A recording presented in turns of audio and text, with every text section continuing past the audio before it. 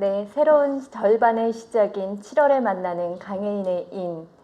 안녕하세요. 강혜인의 인의 진행자 강혜인입니다. 오늘 강혜인의 인을 찾아주신 분은요. 사전 인터뷰를 제가 왔었어요. 처음 만났는데 그분을 제가 처음 뵙고 조금 놀랐던 부분이 역대 이 자리에 계셨던 분들과는 사뭇 다른 아주 젊은 일꾼이시더라고요. 그리고 양력도 아주 화려하신 분이십니다. 대전 평생교육진흥원의 금홍섭 원장님 만나 뵙겠습니다. 원장님. 안녕하세요. 반갑습니다. 안녕하세요. 소개를 화려하게 해주셔서 감사합니다. 네, 바쁘신 와중에 함께해 주셔서 너무 감사드리고요. 예, 아닙니다. 네, 직접 소개 한번 해주세요. 예, 대전 평생교육진흥원 원장 맡고 있는 금홍섭입니다. 우리 시민들 중에 대전 평생교육진흥원 다들 알고 계시지만 대전 시민대학 배달강좌제 그러면 대부분 다 아시더라고요. 그 두 평생교육 기관을 관리하고 있는 데가 대전 평생교육진흥원입니다. 요즘 코로나 때문에 어려운데요. 우리 시민들도 힘내고 오늘 인터뷰도 힘내는 인터뷰가 됐으면 좋겠다 이 생각이 듭니다. 네, 오늘 인터뷰 보시고 코로나 때문에 힘든 부분 좀 많이 말끔히 사라졌으면 좋겠다라는 생각이 드는데요. 원장님, 제가 처음에 양력이 화려하다고 소개를 해드렸잖아요. 네. 그때 제가 인터뷰에 왔을 때 명함을 보고 조금 놀랐던 게 시민연대에도 일을 하셨더라고요. 그 부분이 그렇죠. 조금 놀랐거든요. 제가 94년도부터 시민단체 일했고 2014년도 그만두고 대학원 이제 석박사 과정 하면서 지금 이 자리까지 와 있는 거고요. 그게 다 도움이 된 것 같아요. 과거에 다양한 문제를 진단하고 또 대안도 제시해야 되니까 그런 역할들을 다양한 분야에 대해서 했던 게 여기 와서도 기관을 운영하는 데도 도움이 네. 되고요. 또 평생교육과 관련된 여기 어쨌든 간에 크고 작은 이런저런 그렇죠. 민원도 많고 그렇죠. 현안도 많거든요. 이런 민원 관리하는 데에도 상당히 도움이 되는 것 같습니다. 그러면 원장님 민원관리라고 말씀을 하셔서 원장실은 항상 열려 있나요? 여기는 앞에 보시면 네. CCTV도 저기 달려 있거든요. 네. 그만큼 열려 있고 우리 직원들 또 강사님들 학습자분들 또 저 핸드폰 번호나 이메일 번호까지 이렇게 다 공개하고 있는데요. 또 막상 그렇게 하면 많이 안 오셔요. 네, 그래도 조금 높은 분이라고 생각을 하시는 건가? 물론 뭐 여기 어떻든 간에 기관의 총 책임을 맡고 있기 때문에 권한과 책임의 관점에서는 제가 큰 역할을 해야 되는데 그런 점 때문에 부담스러워서 뭐 안 오시거나 네. 그런 건 제가 할 때는 아닌 것 같아요. 그러면 원장실은 항상 열려 있었다. 예. 강사님들, 또 예. 학습자님들, 예. 직원들도 뭐 불평 언제나 받으셨어요? 이게 소통이 왜 중요하냐면 그렇죠. 예. 이게 공감 능력이라고 저는 생각이 드는데요. 현재 문제를 진단하려면 다양한 소통은 기본이죠. 그렇죠. 예. 그런 문제를 진단해야 대안도 제시할 수 있고요. 또 강사분들, 학습자분들 이렇게 만나보면 우리 대전 평생교육진흥원이 앞으로 어떻게 가야 되는지 미래에 대한 전망까지 과제까지도 제시해 주거든요. 그런 것들을 캐치해서 우리가 준비하고 해야죠. 지금 코로나 시대 같은 경우는 비접촉, 비대면 네, 교육, 그렇죠. 온라인 교육이잖아요. 네. 그런 부분들도 저희들이 2017년, 18년부터 준비했는데 지금 엄청나게 도움 받고 있죠, 사실은. 그러니까 뭐 유튜브에도 온라인 평생교육 콘텐츠 만들어서 올리고 우리 홈페이지에도 올리고 이걸 평생학습 수요자들은 언제든지 이렇게 찾아보고 물론 그걸 더 다양하게 해줘야 되는데 그런 것들은 이후에 또 저희들이 준비해야 될 과제인 것 같아요. 안 그래도 제가 질문상에 이게 있었어요. 코로나19가 지금 대구, 경북부터 시작을 해서 네. 지금까지 1월부터 지금은 또 대전이 갑자기 막 늘어서 그러니까요. 굉장히 네. 힘든 상황이 됐잖아요. 그래서 얼마 전에도 효동에서 발코니 콘서트도 있었어요. 동구청 주관을 해서.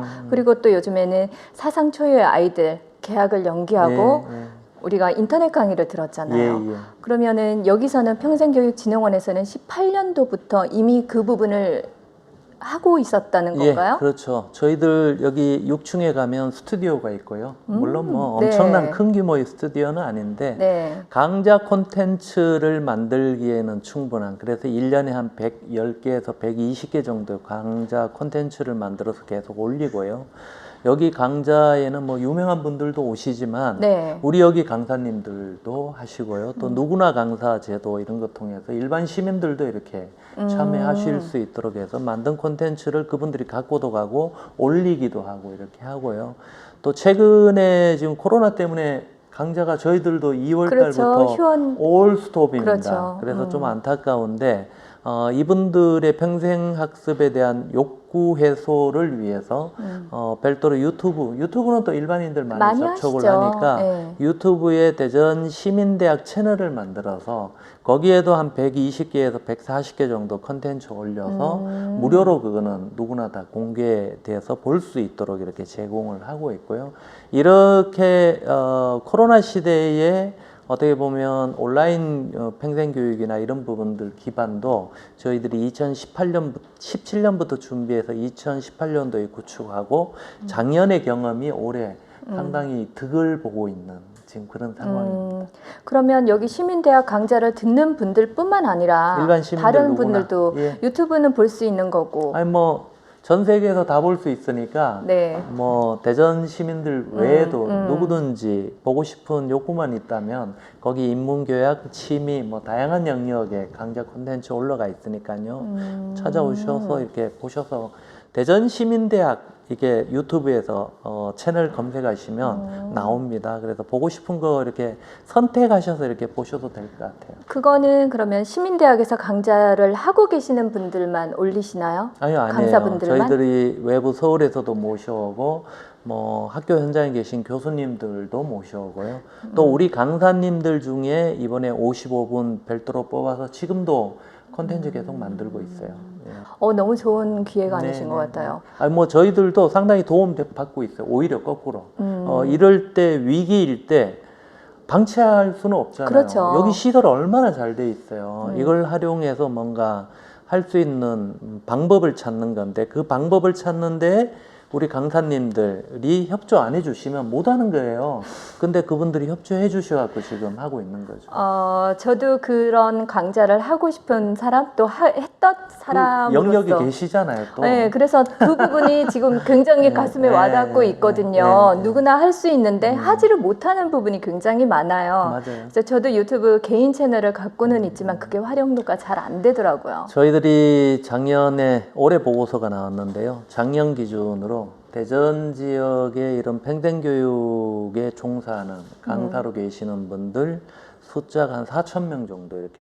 네. 그러면 그게 그 체크 안 된 분까지 포함한다 그러면 그렇죠. 좀 더 많을 것 같아요. 한 어마어마하겠지. 5,000명 정도 되는데 그걸 전문가들은 평생교육 경제 영역이라고 얘기해요. 평생학습 경제 이렇게 표현하거든요. 그만큼 지금 코로나 때문에 그 영역이 지금 다 죽어 있잖아요. 강의가 전혀 그렇죠. 진행이 안 돼서 네. 어떻게 보면 그분들 생계 지원도 필요하고 생활 지원도 필요하다는 점에서도 이런 기회 제공은 다양한 방법을 찾아서라도 저는 해야 된다고 봐요. 그래서 공감되죠? 너무너무 네, 공감이 제가 지금 가슴에 너무 와닿아서 문화 쪽을 제가 더 많이 해보고 싶은 사람으로서 또 문화가 많이 대전에서 많이 발전을 그러면요? 했으면 좋겠다라는 예, 생각을 하고 있는 맞습니다. 사람으로서 굉장히 공감 가는 그래서 젊은 일꾼이 좋구나라는 생각도 또 드는 부분도 있는데요. 시민연대에서 일을 하셨잖아요. 네. 굉장히 오랫동안 하시고 계셨죠. 네, 그러면 그렇죠. 정치 쪽에서도 러브콜 아닌 러브콜이 있었을 것 같아요. 뭐 뿌리치신 건가요? 아예 없었다 그러면 뭐 하지만 뭐 그렇게 또 그렇다고 남들이 인식하기에 되게 많을 것 같은데라는 생각은 아닌 것 같아요. 어쨌든 간에 제가 시민단체 20년 좀 더 일하고 2014년도 그만두고 학교에 가서 계속 공부도 하고 이렇게 하다가 보니까 그 중간에 제가 뭐 어디 정당 활동을 하거나 또 당원으로 어디 가입한 적이 있거나 정치 활동을 하려고 뭔가 노력을 했거나 이런 게 한 번도 없었거든요. 그러다가 보니까 실질적으로는 크게 없었고요. 다만 어쨌든 간에 지역에서 왕성한 활동을 했기 때문에 주목받고 그분들하고 지금도 유기적으로 연계하고 있고요. 다양하게. 그거는 뭐 제가 갖고 있는 생각을 이렇게 그분들한테 반영을 해서 그게 그분들이 공약 내걸고 그러면 그게 대전 시민을 위해 도움되는 거잖아요. 그렇죠. 그런 차원의 관계라고 생각해 주시면 좋을 것 같아요. 시민연대가 정치인들하고는 공존이라기보다는 좀 약간의 대립이 많이 보여지는 싸웠죠. 예. 네. 그렇지만 제가 단체에 있을 때도 그랬는데요. 시민단체가 원래 그 정도는 해줘야죠. 그렇죠. 그리고 좀 더 진보적인 반보 한 발, 두 발 정도는 앞선 주장을 하는 게 저는 시민단체라고 봐요. 시민단체가 현실에 안주해서 있는 그대로 지금 누구나 생각하는 거 주장하고 제안한다면 그건 NGO 아니에요. 오용단체지. 그런 점에서 치열하게 싸우고 주장하고 했다 하더라도 인간관계까지 문제가 생기는 관계는 안 만들도록 그때도 노력했고요. 싸울 땐 싸우고 그러면요. 같이 있을 땐 끝나면 같이 또 하고 밥도 먹고 술도 한잔하고 네. 그래서 지금도 사실은 뭐 다양한 정치권 영역 또 시청의 공무원들하고도 그때 그렇게 부딪히고 했던 분들하고도 적절한 관계를 맺고 있는 것 아닌가 이런 생각이 듭니다. 그건 필요한 것 같아요. 어느 영역이든. 어디든 네, 그런 네. 부분이 없지 맞아요. 않아. 쓴소리를 해주는 부분도 있어야 되고 네. 또 단소리를 해주는 부분도 있어야 될 거라는 생각이 드는데요. 조금 어려운 질문일 수도 있는데 정치와 문화, 지금 정치를 했던 분이 문화를 하고 계시잖아요. 네, 뭐 교육 영역에 담고 있죠. 네, 예. 정치와 문화 나란히 갈 수 있는 평행선이라고 생각을 하세요? 같이 갈 수 있다라고 생각하세요? 같이 가야죠. 이를테면 네. 제가 이제 평생교육진흥원에 뭐 여기 기관장으로서 역할을 하고 있지만 어쨌든 간에 여기에 모든 사업이나 사업이 추진되려면 예산을 확보해야 되고요. 이 예산을 확보하기 위해서는 시의회 의원님들 또 시청의 공무원들 또 필요에 따라서는 정치인들을 설득해야 되는 과제가 있잖아요. 그런 점에서 본다면 이 문화계든 교육계든 또 정치인하고 따로 갈 평행선을 갖고 가야 될 부분이 아니라 같이 공조하고 논의하면서 지역의 발전을 위해서 시민들한테 뭔가 이익이 되는 방향으로 논의하고 같이 갈 부분이 있다고 봐요. 물론 필요에 따라서는 좀 갈등도 하고 다른 주장도 할 수 있겠죠.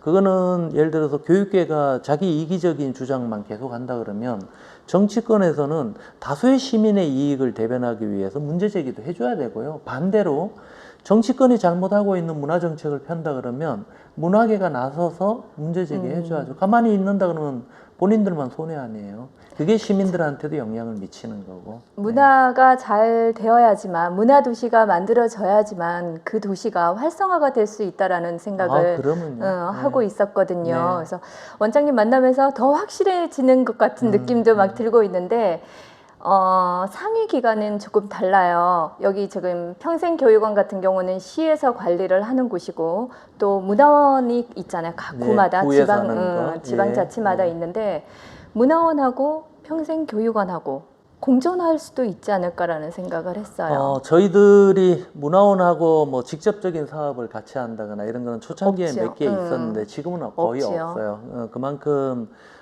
문화 영역의 기능의 중심 역할, 중추 역할을 어떻게 보면 문화원이 지금 하고 있는 거고요. 저희들은 평생교육과 관련해서 전문 영역으로 묶여서 일반 시민들의 평생교육을 기획하고 진흥하는 업무를 하다가 보니까 그 차이가 좀 있는 것 같은데 이를테면 예를 들어서 뭐 독서문화 확산을 위해서 일반 시민들한테 독후감 뭐 경진대회를 한다든지 이런 거는 저희들도 하고 있고 그걸 예전에 문화원들하고 저희들이 같이 했더라고요. 네. 저는 같이 할 수 있는 그 이슈들이나 주제들이 있다면 저는 지금도 충분히 같이 가능할 거라고 같이 갈 수 봐요. 있을 거라는 네, 생각이 드는데 왜 같이 가지 못하고 있을까요? 어떻게 보면 충돌하는 부분이 있었죠. 저희들이 평생교육 여기 500개 강좌가 시민대학에서 운영이 되는데 그러다가 보니까 문화원에서도 여러 강좌들을 하고 반복되는 있잖아요. 강좌가 굉장히 많아요. 네, 있었죠. 근데 제 생각에는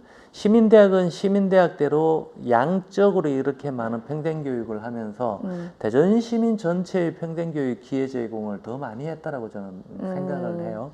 그렇게 생각한다 그러면 문화원이 저희들로 인해서 일부 조금 손해봤던 부분이 있다 하더라도 그거는 장기적으로 보면 전체적으로 문화원이나 저희들 또 대전 시민 전체의 이익에 부합했다 이렇게 생각을 할 수 있기 때문에 앞으로 아무튼 같이 할 수 같이 있는 가야죠. 부분을 한번 찾아보도록 하겠습니다. 평생교육원이 대전에 많죠, 원장님. 구별로도 관리를 하고 있고요. 그렇죠. 전달 체계상 보면 국가평생교육진흥원이 있고요. 그거는 국가 전체적인 걸 네네네. 관장하고 광역시도별로 17개 지역에 평생교육진흥원이 있고요. 네. 이거는 광역단위 책임지는 기관이고 그리고 기초별로도 다 있습니다. 지금 여기 중구 빼고는 다 만들어서 나름의 역할을 하고 유성구는 2군데나 있을 정도로 전국에도 유일해요. 유성구가 그렇게 활성화도 많이 되어 있다는 얘기도 또 들었거든요. 그 시민대학 다음으로. 평생학습 도시로 이미 일찍이부터 그걸 준비했고요. 그만큼 구민들의 욕구도 있었고 또 거기에 구청장이 오래전부터 평생학습에 대한 관심이 많다가 보니까 그동안 그게 축적이 돼서 지금 유성이 아마 평생학습관도 2군데 있잖아요. 잘하고 있어요. 정말 잘하고 있어요. 거기를 제가 살짝 봤는데 아주 강좌도 많고 네, 시민대학 맞습니다. 다음으로도 예, 버금가더라는 맞습니다. 생각을 네, 했었거든요. 원장님 개인 블로그 가지고 계시죠? 예. 네. 가지고 소개 조금만 해주세요. 대전 소리통이라는 이름이고요. 대전 네. 지역의 이모저모 이런저런 소식 올리고 있는데 뭐 그 소식 제가 올리니까 제가 올리고 싶은 것만 올리는 거예요. 다만 오래됐어요. 한 10년 가까이 된 것 같은데 그동안 관리 안 하다가 어느 순간 내 글을 어디 얘기할 때도 없고 요즘 방송 출연 잘 못해요. 여기 와서는. 그렇다고 어디 글 쓸 때도 마땅치 않고 그래서 블로그 관리 한번 해보자 그래고 한 4월 말부터 지금 체계적으로 관리하고 있는데 쏠쏠한 재미가 있습니다. 재미있으세요? 네, 많은 분들이 찾아오셔서 읽고, 댓글도 주시고 댓글도 가끔 남기고 좋았다고 눈팅하는 분들도 꽤나 많고요. 한간에 애들 말로 관심을 받고 싶은 그런 분. 그건 전문 용어로 관종이라고 하잖아요. 관종 타입은 저는 아니에요. 저는 아닌데 다만 재미를 찾고자 뭐 한때 그림도 그리고 게을러서 그림을 지속적으로 그려야 되는데 그게 잘 못해요. 그림도 그리시는 분이세요? 예전에 제가 어릴 때 꿈이 화가였고 그래서 시민대학에 예전에 2014년도 15년도 와서 그림 유화 그리고 전시회도 해보고 그때가 제일 행복했어요. 제가 인생 살면서 가장 했을 때가 언제니? 라고 묻는다면 시민대학에 와서 그림 그리고 전시할 때입니다. 학습자로 임하고 계셨어요? 그러면요. 물론 그 전부터 이 기관은 좀 알고는 있었는데 그리고 나서 최근에 이제 글 이런저런 글 쓰고 글 재주는 없어요. 제가 살면서 가장 부러운 사람이 노래 잘하는 사람, 그 다음 글빨 좋은 사람, 2사람이에요.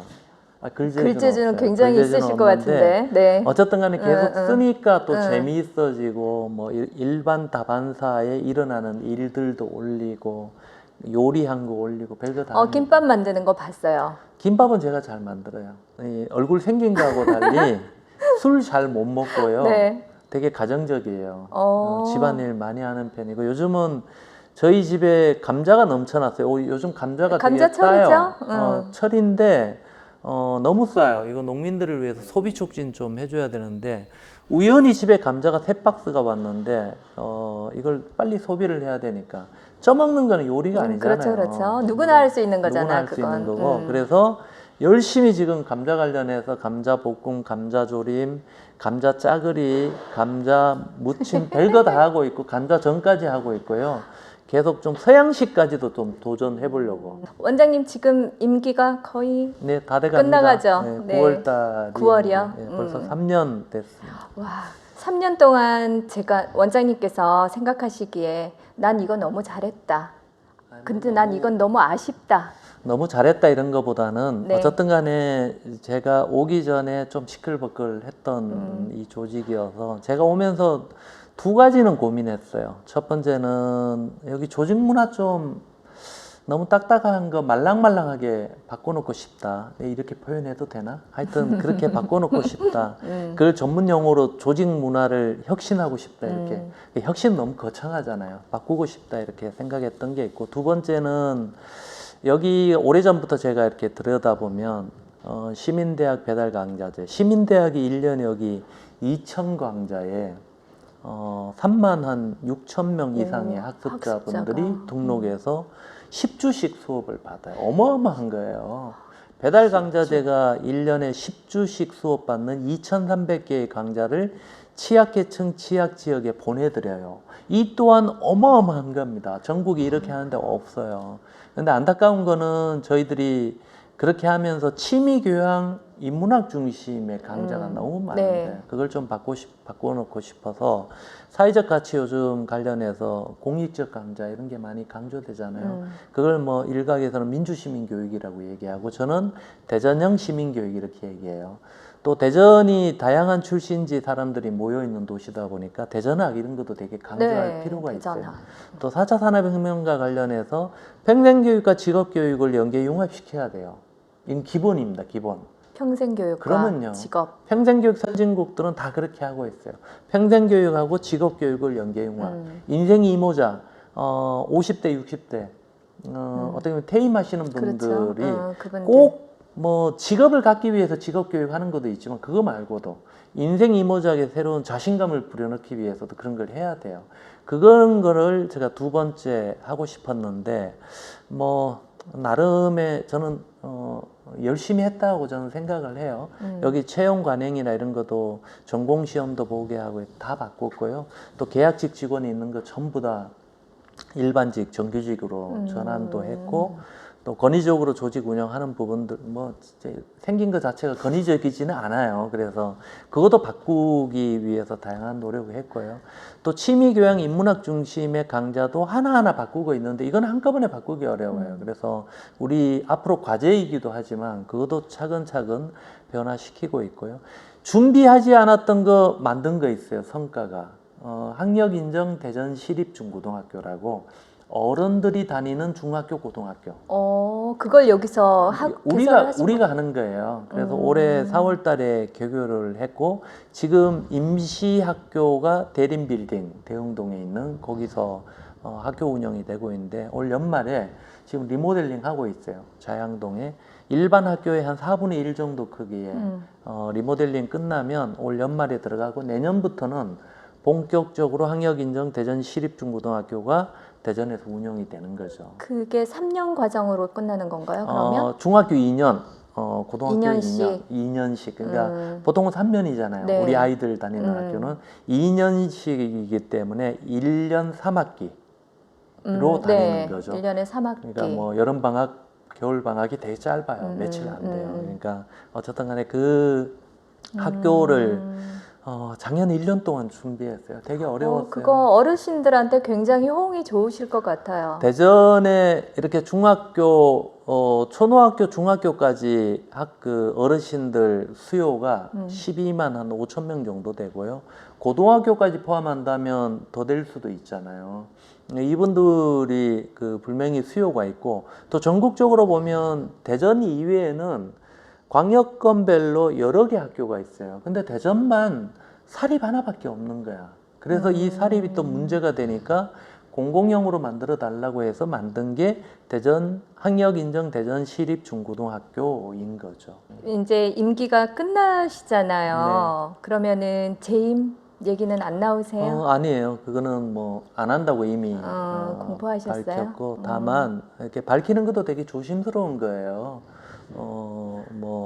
그런 것도 있지만 어쨌든 간에 제가 여기 일해 보니까 3년이면 짧은 거 아니에요. 또 긴 것도 아니지만 어쨌든 간에 새로운 열정과 비전과 일하고자 하는 욕심을 갖고 있는 분이 여기 새로운 분이 오셔서 또 이끌면 이 조직은 계속 변화 발전해 나갈 수 있는 거라고 저는 생각을 해요. 계속 새로운 아이디어가 그러면요. 나올 수 있는 분들. 기관장들이 왜 2, 3년 만에 바꿔야 돼요? 저는 바꾸는 게 맞다라는 생각을 여기 와서 확신이 들어요. 그러면 원장님 지금 이제 임기가 다 끝나가는 3년째 하고 계시는 거잖아요. 앞으로 평생교육진흥원이 나아가야 하는 방향 제시 같은 걸 해주실 수 있을까요? 가장 중요한 거는 어쨌든 간에 방법을 찾아야죠. 지금 모든 대전광역시민뿐만이 아니라 지구인들이 지구인들이 코로나 시대에 살고 있는 것 같아요. 그러면 코로나 이후에 우리 사회의 변화는 어마어마할 거라고 모든 전문가들이 예측을 하고 있잖아요. 우리 여기 평생교육진흥원 같은 경우도 그동안의 평생교육은 접촉교육, 집합교육, 같은 공간에 200~300명씩 모아놓고 하는 교육이 주였다면 이후의 평생교육은 비접촉교육, 엉택 교육이라고 보통 얘기하잖아요.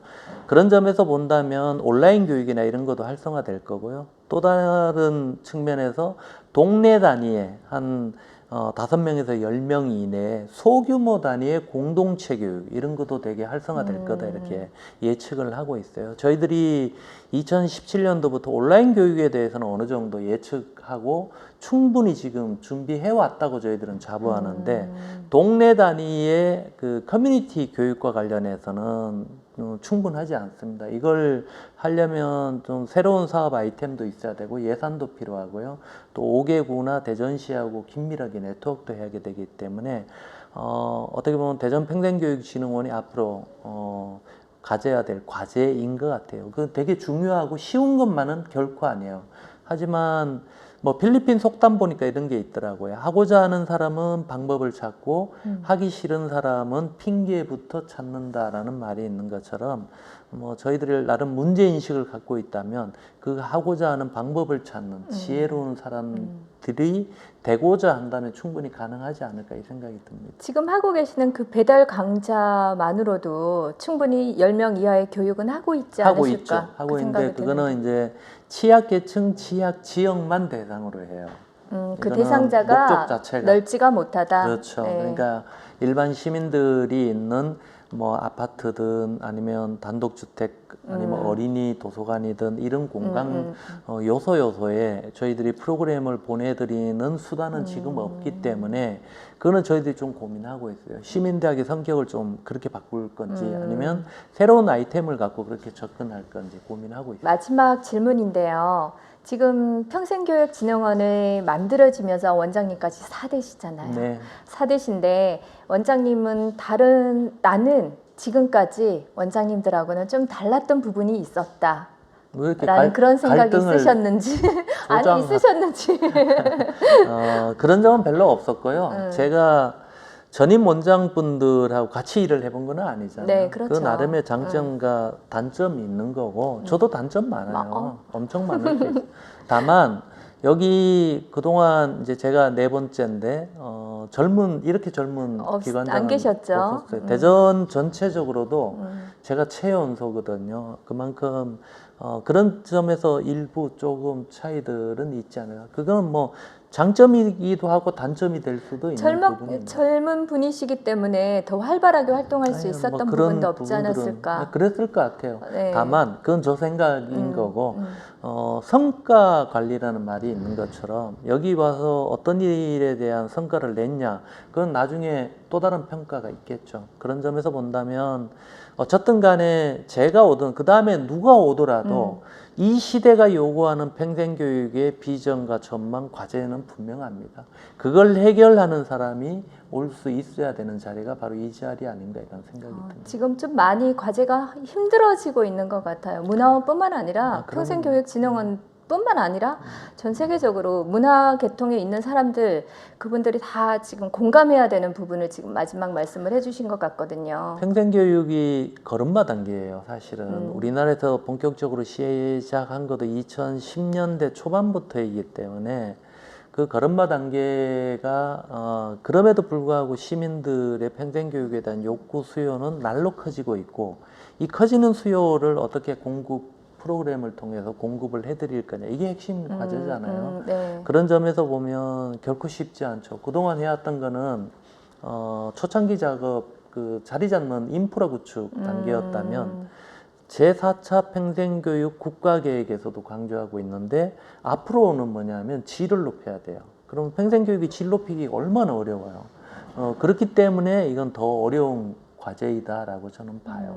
네, 원장님 오늘 말씀을 너무 잘해주셔서 시간 가는 줄 모르고 아유, 재미있게 얘기를 했는데요. 함께 해주셔서 너무 굉장히 반갑습니다. 아유, 감사합니다. 네, 감사드리고 혹시 전하지 못하신 얘기 있으시면 마지막 하실 시간 드릴게요. 예, 예전부터 제가 항상 강조하던 말입니다. 관심과 참여. 지금 코로나 시대에도 우리 시민들의 적극적인 관심과 참여를 통해서 생활 속 방역 지침을 준수하지 않는다면 코로나 극복 저는 못할 것 같아요. 그런 것처럼 평생교육이나 우리 시정 하나하나에도 우리 시민들의 관심과 참여가 모든 문제를 해결하는 출발점이자 극복할 수 있는 대안이다라고 저는 생각이 들거든요. 그래서 우리 대전평생교육진흥원에도 우리 시민들의 적극적인 관심, 참여를 정중히 요청드립니다. 감사합니다. 금홍섭 대전평생교육진흥원장님 만나 뵈었습니다. 관심과 참여를 호소하는 마지막 말씀 해주셨는데요. 앞으로 원장님을 어떤 분야에서 만나게 될지는 잘 모르겠지만요. 가장 기대되는 유망인 중에 한 분이실 것 같은 그런 느낌을 제가 오늘 또 한 번 받고 가는 것 같습니다.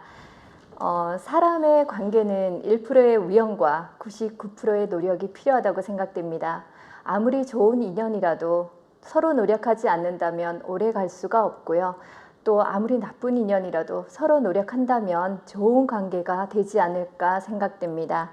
오늘도 좋은 관계 만들어 가시는 날 되시고요. 강혜인의 인 오늘 여기서 끝내겠습니다. 고맙습니다.